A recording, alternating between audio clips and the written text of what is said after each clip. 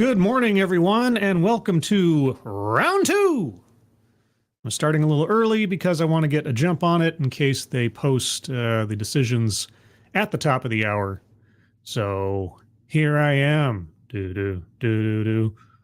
ruling like a hurricane. I don't know. Anyway, let's see. What should I? Oh, I should put a banner up, shouldn't I? I should put a banner. Let's see. Decision day. Affirmative actions. Fate to be told. I don't usually use the banners, but I'll use a banner here just for the heck of it. There we go. How's that? Yay! There we go. It's a banner. I'm all official now. I'm like a news site or something. It takes away your title though. My little moon-based realtor thing goes away. Oh well. We'll leave it there for the time being. How's everybody doing this morning? Hope you're all doing well. Who's joining me before we get to the top of the hour in about 5 minutes or so? John Miller, Jamie Jam, Tyler F., Corey Suzuki, Twisted Skipster. Congratulations, Twisted, on getting Tori's computer all squared away. Keeverdam, and thank you, Keeverdam, for putting the fundraisers at the top of the chat box. Guys, take a look at those if you can. We got fundraisers there for Maddie. Recently diagnosed with cervical cancer, needs a little help on the deductibles for treatment. If you can take a look at that one as well. Fundraisers for our friends Moonshock, Angry Illinoisian, and Alyssa. They all have experienced as well some unfortunate life, we want to call them curveballs to be kind, and they could all use a little help. If you can donate, please do. If you can't, that's fine, but if you can share those links out on social media, that is appreciated. Thank you so much ahead of time for that. Who else is here? Let's see. Seftus Wolf, Mike Savage, Blarg, Big Time, Olga Karakati. Let's see. Jaeger Pony, Somnamnul Nation, Liesel7, Ostsand, No Name, Simon Willikins, Robert Pincus, Hammer, Spudgun, and hopefully I got everybody. If I missed you, if you're lurking, if you're in the future, hello. I will, after this, put a timestamp at when the decision actually drops so that anybody watching this in the future can get past all of my babbling ahead of time. And please forgive me if I end up repeating myself in my introduction here from what I said the other day when I was expecting the decisions to be posted, because the sentiments remain true. Also, as a note for the future, I'm probably going to shunt all of the videos in this series into a playlist and just keep this one live since it's the decision, because I made a poor choice in using one single thumbnail for all of these videos.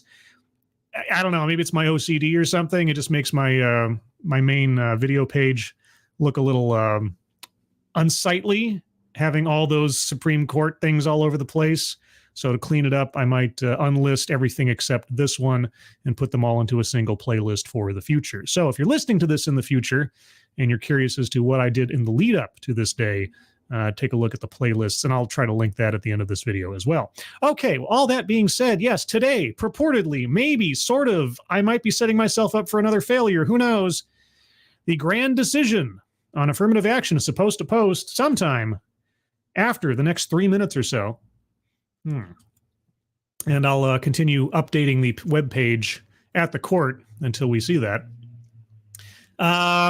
As well as several other things. There's decisions on some LGBTQ stuff. There's supposedly going to be a decision on Biden's college student loan debt powers or thereof. I'm sure a lot of other people will cover those things. I'm just going to focus in on the affirmative action one when it comes down, as that is the point of all this. And yes, again, at the risk of repeating myself from the other day, race-conscious admissions. Is it right? Is it just? Is it constitutional to assess someone's value in any way, shape, or form in opportunities in life on the basis of their skin color, even if it's for, quote-unquote, a good reason or a good intention? I would say either the principle holds or it doesn't. Either you're going to put someone's skin color as a plus or minus point in their favor, or you're going to assess them on who they are. I don't, maybe I'm just sort of an extremist in that sense. I don't know. But I don't think you help the principle or you help our society by, sort of giving ground on that notion. I just don't think it helps at all, no matter what your intentions are. A line has to be drawn at some point where we're going to treat each other as people and not as colors. Supposedly, that was supposed to start back in 1964 as we move forward, but we've regressed. We have absolutely regressed. And the affirmative action policy is just the most clearly stated and practiced of that notion, unfortunately. But, and here's the question I've been asking for several months now, if not for longer, what effect will this have on DEI? Because DEI uses the same argumentative foundation for its existence, that in order to right the wrongs of the past, in order to balance the scales, in order to have the advantages of diversity, of different perspectives and backgrounds, businesses and organizations need to have DEI programs that don't explicitly say we're discriminating on the basis of race, like affirmative action does, but we're going to use affirmative action effectively as our moral, legal justification for doing these things. We don't have quotas, but we do have goals. 25% by 2025, 25% women on our executive board and our workforce and so on. That's not a quota. That's just a goal. We're not discriminating our workers on the basis of their gender. No, we just kind of like the idea that we could have that percentage someday, specifically by 2025, by setting a deadline and holding people to it in some sort of weird, guilt trip in our industry. That's what we encountered a couple of weeks ago looking at the International Air Transport Association and their Diversity and Inclusion Awards. Wasn't that informative? Boy, oh boy. But how will this ruling today affect things like that? Well, granted that they actually do post the ruling today, I guess we'll find out. Okay, Austin, we have our first ruling posted. Arbitron, Austria. I don't think this has anything to do with us, does it? Let's check this real quick. This case requires the court to decide the foreign reach of 15 U.S.C. and two provisions of the Lanham Act that prohibit trademark infringement. Okay, so that's not us. We're still waiting. We got our first decision out. We're waiting for others. I'm going to just continually refresh the page every few seconds until we see what we get. All the new rulings should be posted by, at the latest, 15 minutes after the hour. That seems to have been the pattern in the past. So we'll keep going. How will this affect DEI? Because as we looked in the articles the last few days, where the Wall Street Journal and Bloomberg finally drew the line between affirmative action and DEI worries in companies, because since companies have been using affirmative action and the language thereof to justify their weird, I can only say questionably legal practices, to be kind, they've been questionably legal because affirmative action only applies to college admissions. And yet DEI seems to think that it operates under the same rules. And nothing in the two articles from Wall Street Journal or Bloomberg suggested any actual legal precedent for how that's supposed to work. They mentioned things like the Mansfield rule, which isn't even a law. It was just this weird policy that somebody came up with. They did it again. Why did they do that? Why did they change the website? Okay, we're going to go here. Why am I not? Okay, opinions. Yes, okay. Okay, Groff v. DeJoy. It seems like after the first one's posted, then suddenly everything goes sideways.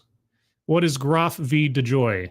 Petitioner Gerald Groff is an evangelical Christian who believes for religious reasons that Sunday should be devoted to worship and rest. In 2012, Groff took a mail delivery job with the United States Postal Service.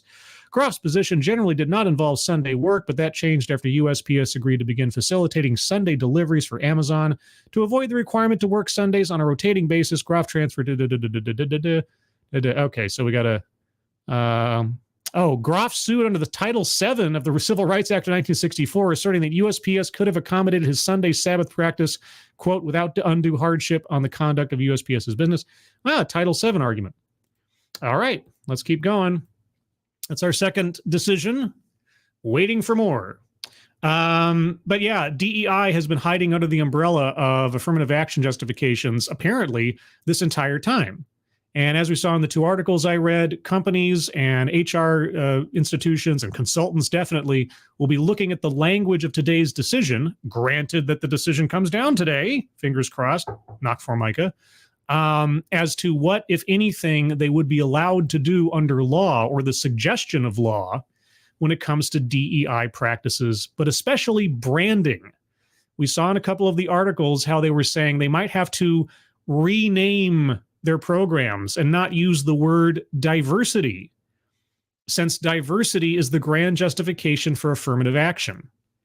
And if you can't say that diversity is a justification for discriminating people on the basis of race in colleges, then diversity as an argument for improving your workforces through filters of race or gender orientation really fall by the wayside.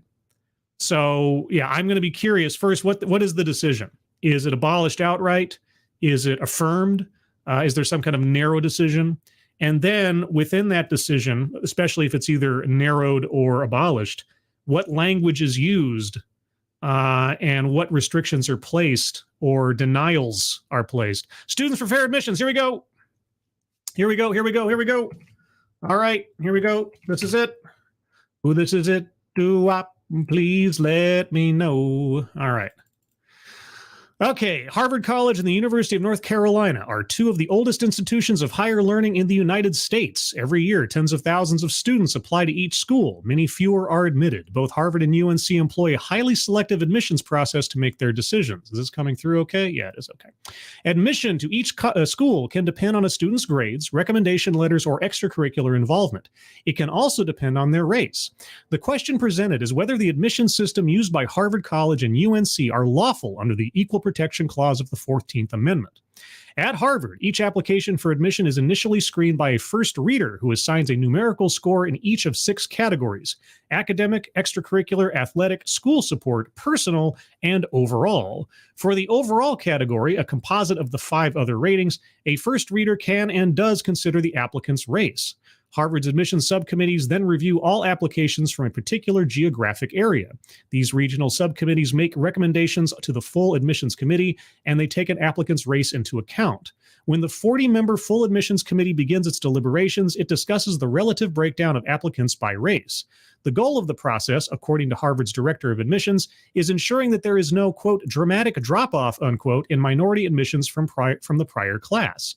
An applicant receiving a majority of the full committee's votes is tentatively accepted for admission. At the end of this process, the racial composition of the tentative applicant pool is disclosed to the committee. The last stage of Harvard's admissions process, called the LOP, winnows the list of tentatively admitted students to arrive at the final class. Applicants that Harvard considers cutting at this stage are placed on the LOP list, which contains only 4 pieces of information: legacy status, recruited athlete status, financial aid, eligibility, and race. In the Harvard admissions process, quote, race is a determinative tip for, unquote, a significant percentage, quote, of all the admitted African American and Hispanic applicants, unquote. UNC has a similar admissions process. Every application is reviewed first by an admissions office reader who assigns a numerical rating to each of several categories. Readers are required to consider the applicant's race as a factor in their review. Readers then make a written recommendation on each assigned application, and they may provide an applicant a substantial plus depending on the applicant's race. At this stage, most recommendations are provisionally final. A committee of experienced staff members then conducts a school group review of every initial decision made by a reader and either approves or rejects the recommendation. In making those decisions, the committee may consider the applicant's race. Petitioner Students for Fair Admissions is a nonprofit organization whose stated purpose is to, quote, defend human and civil rights secured by law, including the right of individuals to equal protection under the law, unquote. SFFA filed separate lawsuits against Harvard and UNC, arguing that their race-based admissions programs violate, respectively, Title VI of the Civil Rights Act of 1964 and the Equal Protection Clause of the 14th Amendment. After separate bench trials, both admissions programs were found permissible under the Equal Protection Clause and this court's precedents. In the Harvard case, the First Circuit affirmed, and this court granted certiorari. In the UNC case, this court granted certiorari before judgment. Held. Harvard's and UNC's admissions programs violate the Equal Protection Clause of the 14th Amendment. A, because SFFA complies with the standard requirements for organizational plaintiffs articulated by this court in Hunt v. Washington State Apple Advertising Common 432 U.S. 333, SFFA's obligations under Article 3 are satisfied, and this court has jurisdiction to consider the merits of SFFA's claims. The court rejects UNC's argument that SFFA lacks standing because it is not a, quote, genuine membership organization. An organizational plaintiff can satisfy Article 3 jurisdictions in two ways, one of which is to assert, quote, standing solely as the representative of its members, unquote. Worth v. Selden, 422 U.S. 490 511, an approach known as representational or organizational standing. To invoke it, an organization must satisfy the three-part test in Hunt. Respondents do not suggest that SFFA fails Hunt's test for organizational standing. They argue instead that SFFA cannot invoke organizational standing at all because SFFA was not a genuine membership organization at the time it filed suit. Respondent maintained that, under Hunt, a group qualifies as a genuine membership organization only if it is controlled and funded by its members. In Hunt, this court determined that a state agency with no traditional members could still qualify as a genuine membership organization in substance because the agency represented the interests of individuals and otherwise satisfied Hunt's three-part test for organizational standing. See 432 U.S. at 342. Hunt's indicia of membership analysis, however, has no applicability here. As the court below found, SFFA is indisputably a voluntary membership organization with identifiable members who support its mission and whom SFFA represents in good faith. SFFA is thus entitled to reply to the organizational standing doctrine as articulated in Hunt, pp. 6-9. B, proposed by Congress and ratified by the states in the wake of the Civil War, the 14th Amendment provides that no state shall, quote, deny to any person the equal protection of the laws, unquote. Proponents of the Equal Protection Clause described its foundational principle as, quote, not permitting any distinctions of law based on race or color, unquote. Any, quote, law which operates upon one man, unquote, they maintained, should, quote, operate equally upon all, unquote. Accordingly, as this court's early decisions interpreting the Equal Protection Clause explained, the 14th Amendment guaranteed, quote, that the law in the state shall be the same for the black as for the white, that all persons, whether colored or white, shall stand equal before the laws of the states, unquote. Despite the early recognition of the broad sweep of the Equal Protection Clause, the court, alongside the country, quickly failed to live up to the clause's core commitments. For almost a century after the Civil War, state-mandated segregation was in many parts of the nation a regrettable norm. This court played its own role in that ignoble history, allowing in Plessy v. Ferguson the separate but equal regime that would come to deface much of America. 163 U.S. 537. After Plessy, quote, American courts labored with the doctrine of separate but equal for over half a century, unquote. Brown v. Board of Education, 347 U.S. 483 491. Some cases in this period attempted to curtail the perniciousness of the doctrine by emphasizing that it required states to provide black students educational opportunities equal to, even if formally separate from, those enjoyed by white students. CEG, Missouri ex rel. Gaines v. Canada, 305 U.S. 337 349 to 350. But the inherent folly of that approach of trying to derive equality from inequality soon became apparent. As the court subsequently recognized, even racial distinctions that were argued to have no palpable effect worked to subordinate the afflicted students. C.E.G. McLaurin v. Oklahoma State Regents for Higher Ed, 339 U.S. 637, 640 to 642. By 1950, the inevitable truth of the 14th Amendment had thus begun to reemerge. Separate cannot be equal. The culmination of this approach came finally in Brown v. Board of Education, 347 U.S. 483. There, the court overturned the separate but equal regime established in Plessy and began on the path of invalidating all de jure racial discrimination by the states and federal government. The conclusion reached by the Brown court was unmistakably clear. The right to a public education, quote, must be made available to all on equal terms, unquote, 347 U.S. at 493. The court reiterated that rule just 1 year later, holding that, quote, full compliance, unquote, with Brown required schools to admit students, quote, on a racially non-discriminatory basis, unquote. Brown v. Board of Education, 349 U.S. 294, 300 to 301.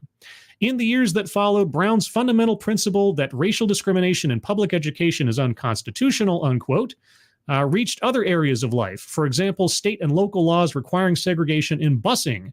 Gale v. Browder, 352 U.S. 903, per curiam. And pardon me while I wet my palate slightly. A lot of talking here. And anti-miscegenation laws? I'm not aware of that term, but hey, whatever. Loving v. Virginia 388 U.S. 1. These decisions and others like them reflect the core purpose of the Equal Protection Clause, doing away with all governmentally imposed discrimination based on race, unquote. Palmore v. Sidoti, 466 U.S. 429 432. Eliminating racial discrimination means eliminating all of it.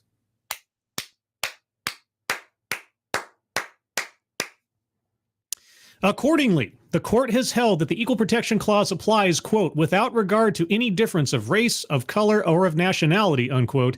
It is, quote, universal in its application, unquote. Yickwo v. Hopkins, 118 U.S. 356 369.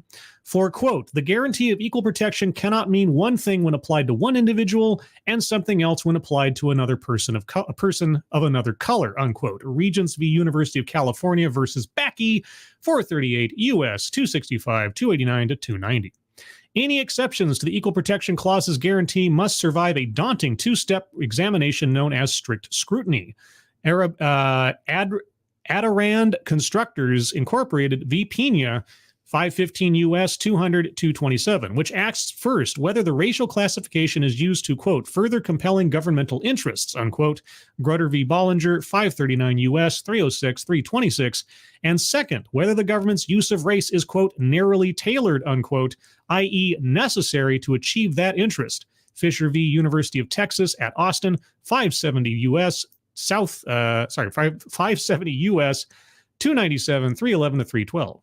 Acceptance of race-based state action is rare for a reason. Quote, distinctions between citizens solely because of their ancestry are by their very nature odious to a free people whose institutions are founded upon the doctrine of equality, unquote. Rice v. Caetano, 528 U.S. 495 517, pages 9 through 16. C. This court first considered whether a university may make race-based admissions decisions in Backey, 438 U.S. 265. In a deeply splintered decision that produced 6 different opinions, Justice Powell's opinion for himself alone would eventually come, quote, to serve as a touchstone for constitutional analysis of race-conscious admissions policies, unquote. Grutter 539 U.S. at 323. After rejecting 3 of the university's 4 justifications as not sufficiently compelling, Justice Powell turned to its last interest asserted to be compelling, obtaining the educational benefits that flow from a racially diverse student body. Justice Powell found that interest to be, quote, a constitutionally permissible goal for an institution of higher education, unquote, which was entitled as a matter of academic freedom, quote, to make its own judgments as to the selection of its student body, unquote. 438 U.S. at 311 to 312. But a university's freedom was not unlimited. Quote, racial and ethnic distinctions of any sort are inherently suspect, unquote, Justice Powell explained, and antipathy towards them was deeply, quote, rooted in our nation's constitutional and demographic history, unquote. Accordingly, a university could not employ a 2-track quota system with a specific number of seats reserved for individuals from a preferred ethnic group. Neither still could a university use race to foreclose an individual from all consideration. Race could only operate as a plus in a particular applicant's file, and even then it had to be weighted in a manner, quote, flexible enough to consider all pertinent elements of diversity in light of the particular qualifications of each applicant, unquote. D, for years following Backey, lower courts struggled to determine whether Justice Powell's decision was, quote, binding precedent, unquote. Grutter 539 U.S. at 325. Then, in Grutter v. Bollinger, the court for the first time endorsed Justice Powell's view that student body diversity is a compelling state interest that can justify the use of race in university admissions, unquote. The Grutter majority's analysis tracked Justice Powell's in many respects, including its insistence on limits on how universities may consider race in their admissions programs. Those limits, Grutter explained, were intended to guard against 2 dangers that all race-based government actions portend.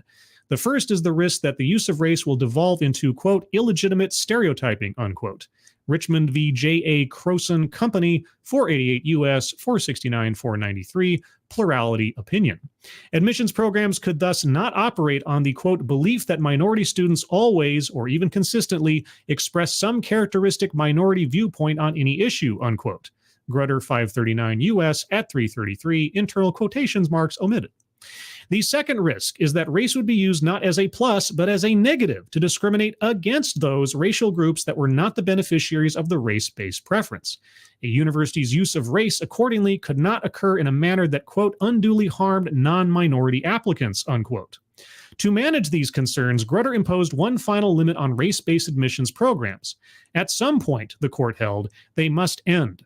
Recognizing that, quote, enshrining a permanent justification for racial preferences would offend, unquote, the Constitution's unambiguous guarantee of equal protection, the court expressed its expectation that, in 25 years, quote, the use of racial preferences will no longer be necessary to further the interest approved today, unquote. All right. E. 20 years have passed since Grutter with no end to race-based college admissions in sight, but the court has permitted race-based college admissions only within the confines of narrow restrictions. Such admissions programs must comply with strict scrutiny, may never use race as a stereotype or negative, and must, at some point, end. Respondents' admissions systems fail each of these criteria and must therefore be invalidated under the Equal Protection Clause of the 14th Amendment. I'm going to read that again. Respondents' admissions systems fail each of these criteria and must therefore be invalidated under the Equal Protection Clause of the 14th Amendment, pages 21 through 34. 1. Respondents fail to operate their race-based admissions programs in a manner that is, quote, sufficiently measurable to permit judicial review, unquote, under the rubric of strict scrutiny. Fisher v. University of Texas at Austin, 579 U.S., 365, 381. First, the interest that respondents view as compelling cannot be subjected to meaningful judicial review. Those interests include training future leaders, acquiring new knowledge based on diverse outlooks, promoting a robust marketplace of ideas, and preparing engaged and productive citizens. While these are commendable goals, they are not sufficiently coherent for purposes of strict scrutiny. Okay, taking it aside for a moment, do I hear my several complaints over the years of asking, at least rhetorically, to DEI professionals and executives and proponents and everything else, how do you define success? How do you measure success?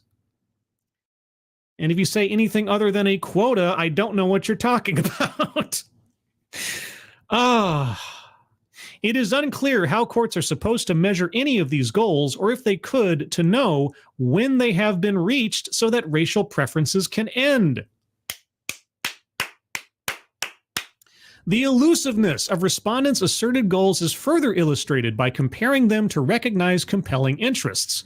For example, courts can discern whether the temporary racial segregation of inmates will prevent harm to those in the prison. See Johnson v. California, 543 U.S. 499, 512 through 513. But the question whether a particular mix of minority students produces, quote, engaged and productive citizens, unquote, or effectively, quote, trains future leaders, unquote, is standardless. Second, respondents' admissions programs fail to articulate a meaningful connection between the means they employ and the goals they pursue. To achieve the educational benefits of diversity, respondents measure the racial composition of their classes using racial categories that are plainly overboard. Parenthetical, expressing, for example, no concern whether South Asian or East Asian students are adequately represented as Asian, parenthetical, arbitrary or undefined, parenthetical, the use of the category Hispanic, parenthetical, or under-inclusive, parenthetical, no category at all for Middle Eastern students, parenthetical. The unclear connection between the goals that respondents seek and the means they employ preclude courts from meaningfully scrutinizing respondents' admissions programs. The university's main response to these criticisms is, trust us.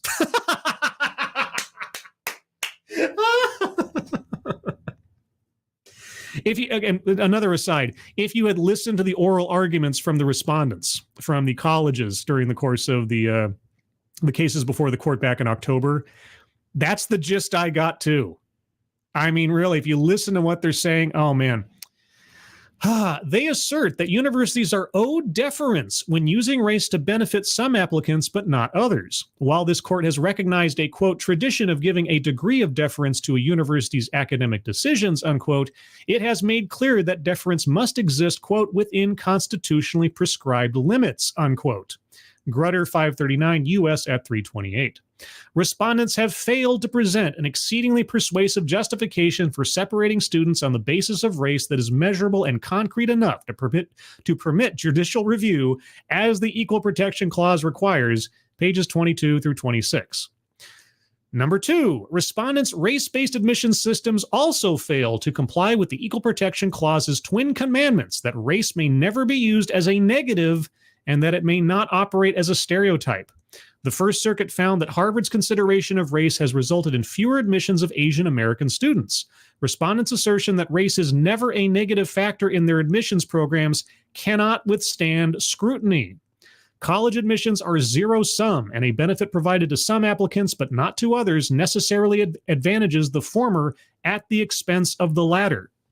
Respondents' admissions programs are infirm for a second reason as well. They require stereotyping, the very thing Grutter forswore. When a university admits students, quote, on the basis of race, it engages in the offensive and demeaning assumption that students of a particular race, because of their race, think alike, unquote. Miller v. Johnson, 515 U.S. 900, 911 through 912. Such stereotyping is contrary to the, quote, core purpose of the Equal Protection Clause, Palmore 466 U.S. at 432, pages 26 through 29.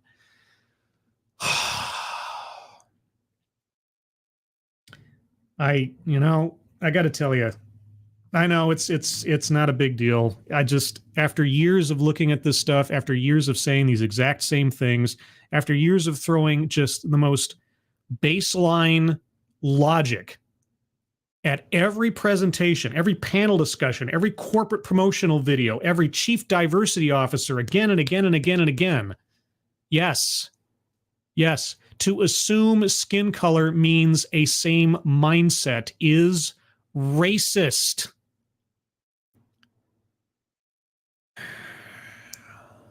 Forgive me a second. I need to. This is the culmination in my mind of, at least tangentially, 7 years of frustration.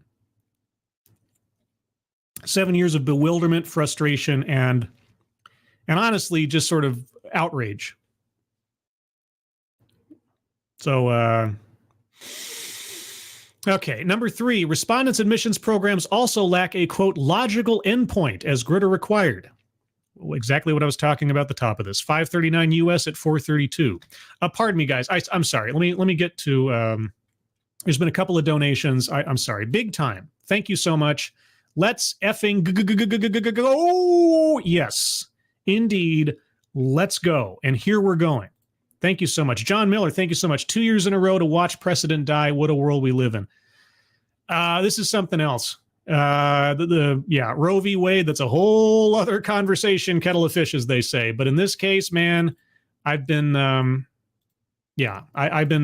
wondering if and when something like this would happen in my lifetime. This is something to see. Okay, let me start from the top again. Number 3, respondents' admissions programs also lack a logical endpoint as Grutter required, 539 U.S. at 342. Respondents suggest that the end of race-based admissions programs will occur once, quote unquote, I'm saying quote unquote, meaningful representation and diversity are achieved on college campuses. Such measures of success amount to little more than comparing the racial breakdown of the incoming class and comparing it to some other metric, such as the racial makeup of the previous incoming class or the population in general, to see whether some proportional goal has been reached.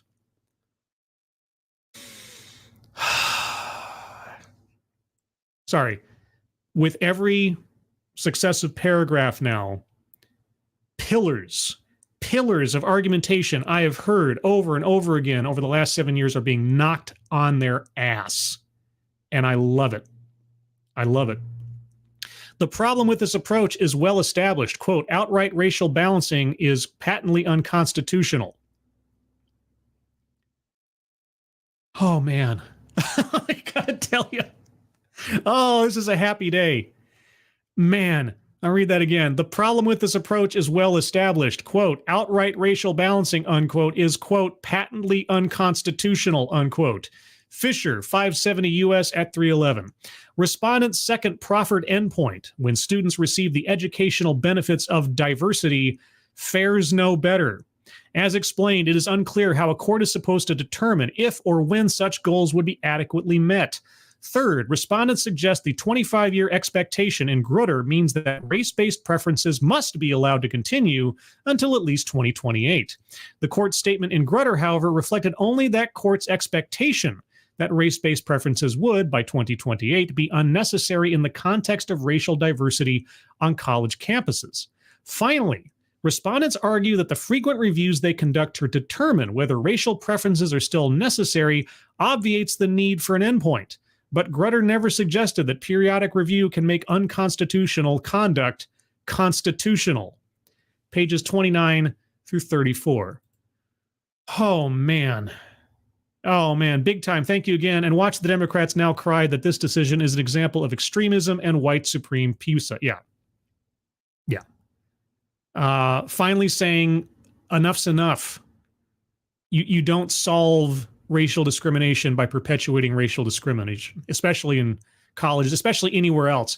The DEI people are going nuts right now. They've got nothing. Nothing.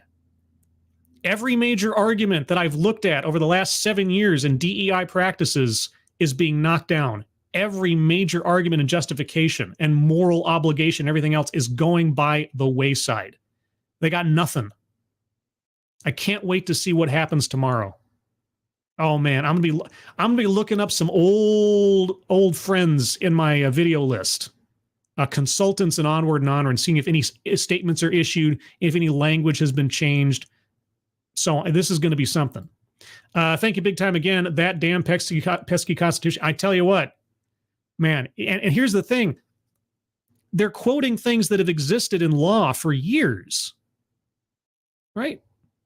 For years, but yet this has been allowed to go on and on and on, all because of that one thing. At some point, maybe 2020, they knocked it down now, and I can't tell you how excited I am.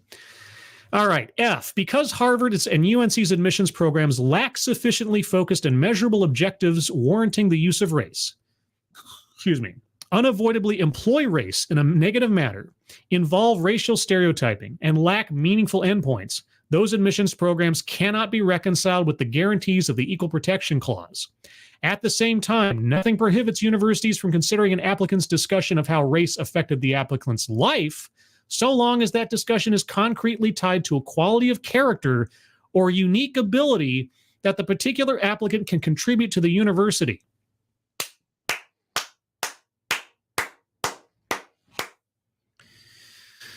Many universities have for too long wrongly concluded that the touchstone of an individual's identity is not challenges bested, skills built, or lessons learned, but the color of the...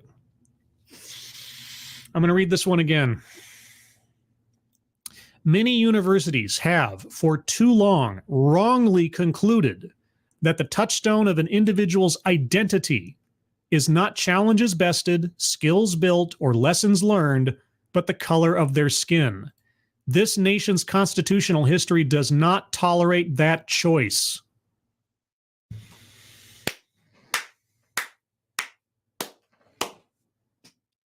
Pages 39 through 40. That's it, guys. That's it. That's it. It's gone. It's done. It's gone. DEI by a collateral, affirmative action in specific, gone, done, abolished, out the window, goodbye. Thank you, Fun Time Bats. Ayo, I just woke up. What I missed? Nothing. Yeah, not much. Just another day in paradise. What can I tell you? What can I tell you? I am I'm ecstatic. I am ecstatic. The underpinnings of so much that I've looked at on this channel over the last 7 years, that I've railed about and just sounded like a madman about, that I thought I was just shouting into the wind all the time. And I knew that I was, ultimately, it doesn't change a whole heck of a lot. But I got to tell you, it is something. It is really something after listening to these arguments, listening to these proponents, listening to these advocates, these educators, these business people, these politicians, again and again and again. And, you know, like I've said before, I could be criticized, and rightly so, if I was looking at the same three people, video after video, right? If I was just looking at the same opinion from the same source over and over again. But time and time and time again, both intentionally, sometimes accidentally, someone that I've recognized will show up on a panel discussion. But other than that, every single time I'm looking at different people from different realms of our society, different industries, different parts of it, different individuals from different organizations, all saying and coming up with the same justifications for their outright racist, unconstitutional, regressive nonsense. And every single major pillar of those arguments in this decision has been laid flat. They are gone. You cannot say that anymore without running straight into this text, which is amazing to me. Absolutely amazing. Thank you, Keeverdam, for the jumping for joy, yippee, super sticker. Thank you so much. And yes, this is a yippee day. This is a yippee day for equal opportunity, not equity. Equal opportunity for the promise of the Civil Rights Act, Title VI, and I swear Title VII was held up under this. They don't say it here because it wasn't part of the case.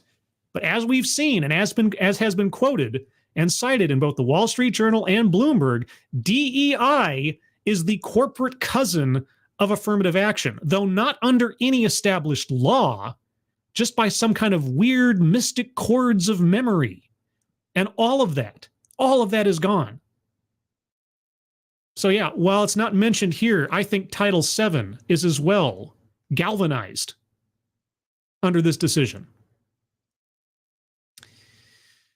So there you are, everybody. I'll put the link to the full text of the decision in the chat for your guys' reference. Yeah, I'll take a minute here for you guys and see what you have to say on it. I tell you, this is great. This is absolutely great. This is great.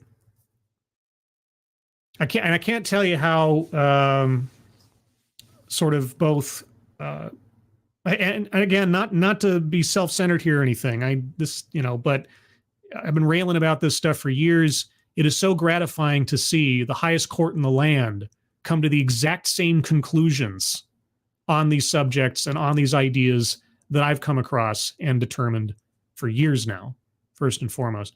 And as well, and I know this is going to sound sappy, sound really sappy, but just on effectively the eve of our Independence Day for this year, as far as I'm concerned, this decision goes to the heart of what this country is supposed to be fighting for as we evolve, right?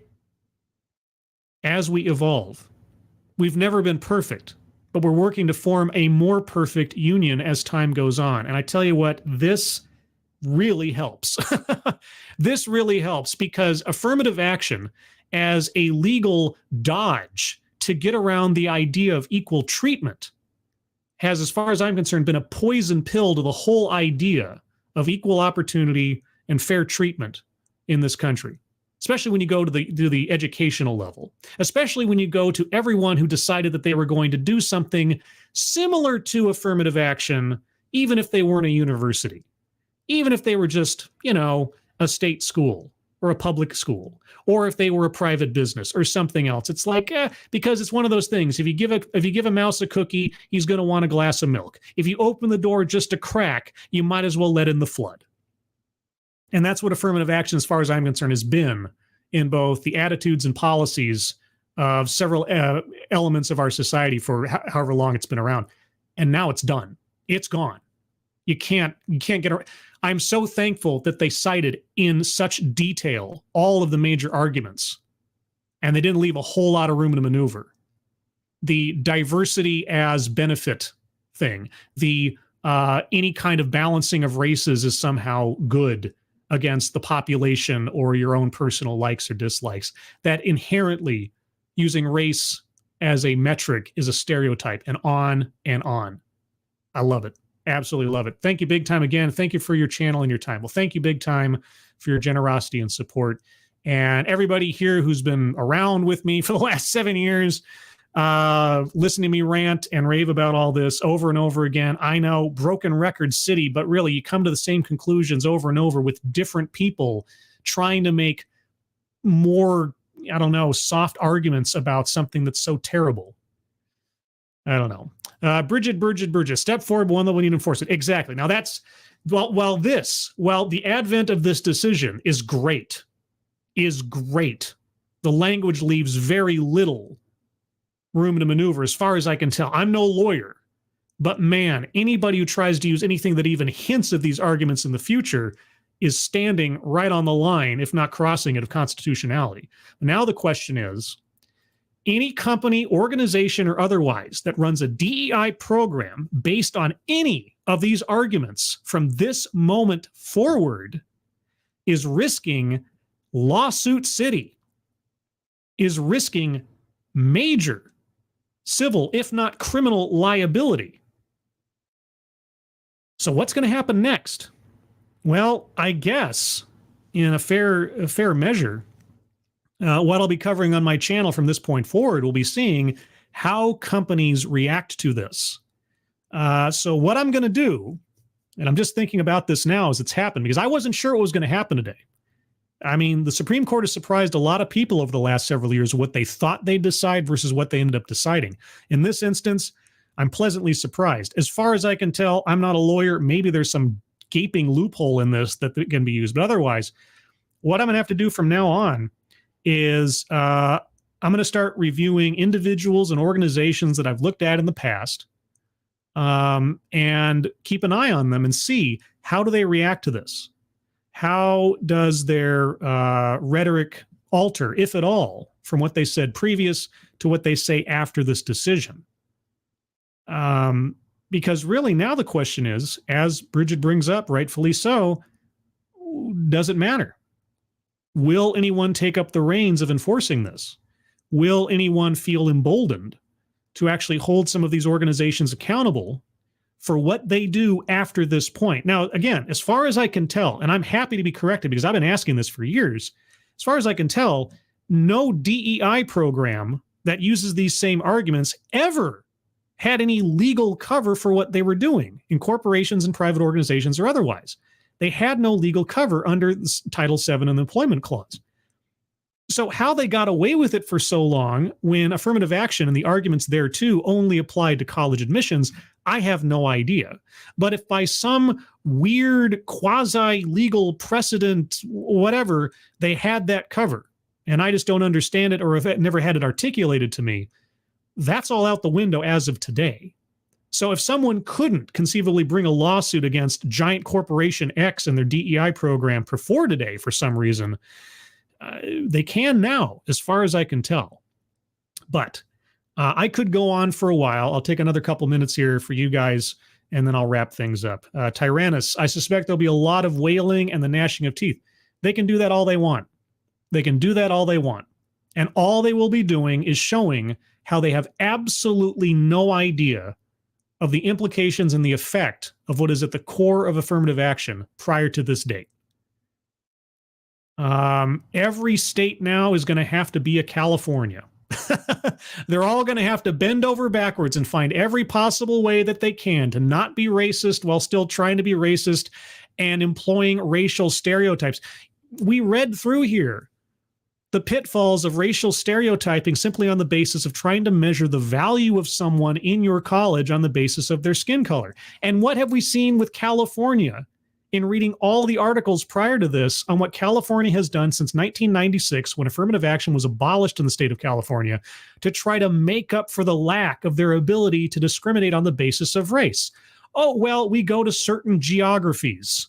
We focus on certain economic brackets. Yeah, stereotyping again, continuing it. They may still be able to do that after this. And in some cases, depending on how they measure it, maybe it has some justification. But their goal in those efforts was to right what once went wrong with the absence of affirmative action by getting the statistics of certain demographics higher than others.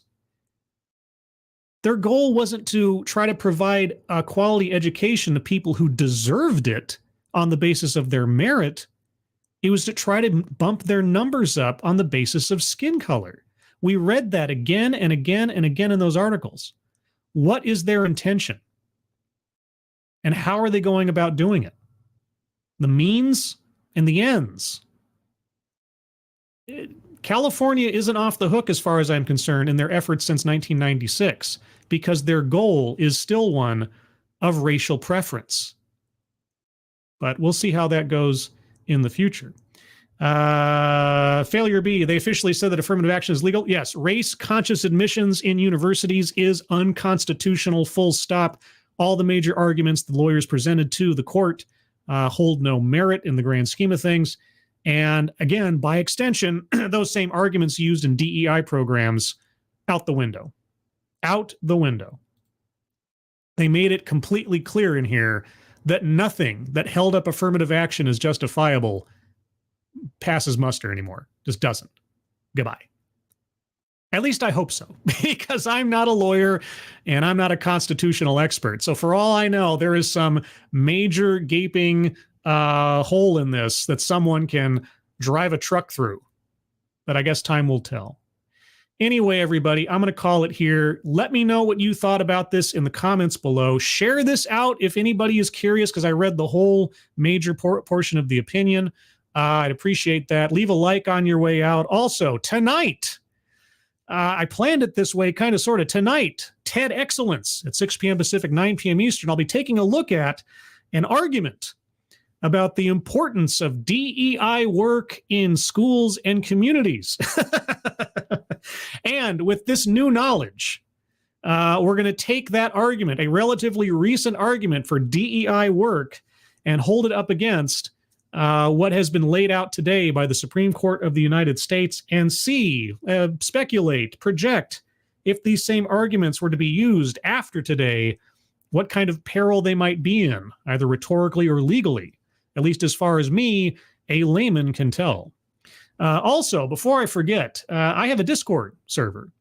If you'd like to join the Discord server, well, I'm going to put a link there in just a moment. I should have prepared this beforehand, but hey, this is me, the most professional scribe-like on the internet.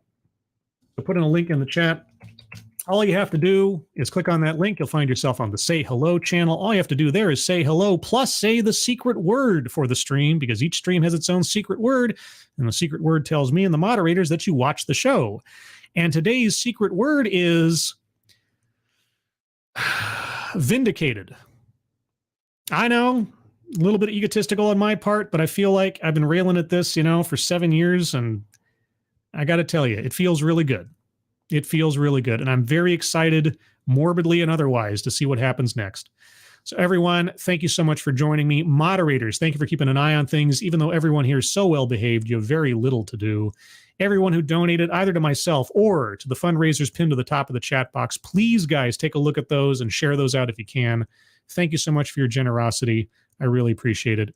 Hope you all have a good rest of your day. Really, whatever you think about this decision, yay, nay, or otherwise, please leave a comment in there. I appreciate the feedback. Hope you all have a good rest of your Thursday. My brain is off. Thursday. I hope you have a good rest of your week. I hope you have an excellent 4th of July oncoming if I don't talk to you until after that. Everybody, I hope you're all safe and well. If you are not well, please get well soon, and I'll see you on the next one. Take care. Bye-bye.